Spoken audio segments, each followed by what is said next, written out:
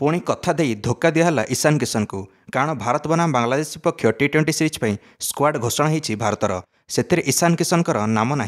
Opener यशस्वी जायसवाल और सुमन गिल को विश्राम दिखाई बांग्लादेश पक्ष टी20 सीरीज रे। नूतन ओपनर अभिषेक शर्मा को मौका मिली। द्वितीय ओपनर रूप में ईशान किशन को मौका मिलवार आशा थिला।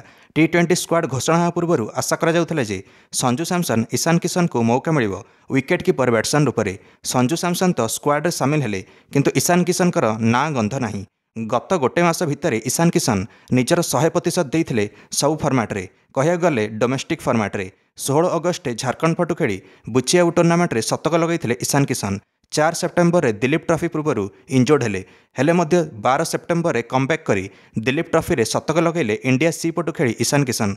लगुला ईशान किशन बाट पुणी खोल भारत स्क्वाड रे सामिल होगापी। गत जनवरी मासरे भारत टीम रु अचानक ड्रप होगा पर सब फर्माट्रु बाद पड़ते ईशान किशन। तापर सेंट्रल कंट्राक्ट तांको बाद पकाई किंतु ईशान किशन हताश न पड़ी पुणी कमबैक करें। फास्ट क्लास क्रिकेट खेलिले 2टा सेंचुरी लगेले। कारण बीसीसीआई कही फास्ट क्लास क्रिकेट रे भल प्रदर्शन करें ईशान किशन को पुणी मौका मिल भारतीय दल में।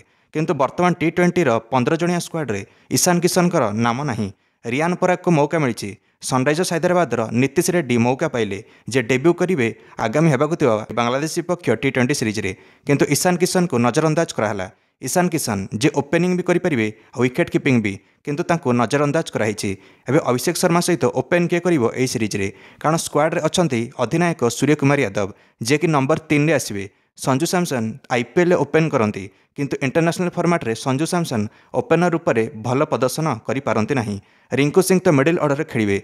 हार्दिक पांड्या भी middle order. Riyan Parag number 4 रे। नीतीश रेड्डी भी middle order player. Shivam Dubey Washington सुंदर यही समस्ते लोअर मिडिल ऑर्डर खेली। जितेश शर्मा भी मिडिल ऑर्डर। बाकी रहिले बॉलर रवि बिश्नोई हर्षदीप सिंह हर्षित राणा वरुण चक्रवर्ती। तो कौन बॉलर जाकि ओपनिंग करेंगे कि अभिषेक शर्मा सहित। Lucknow super giants speed gun Mayank Yadav को मौका मिली। से डेब्यू करेंगे यही सीरीज रे। आईपीएल 150 स्पीड रे बॉलिंग करथुआ मयंक यादव को परीक्षा कराहब यही सीरीज रे।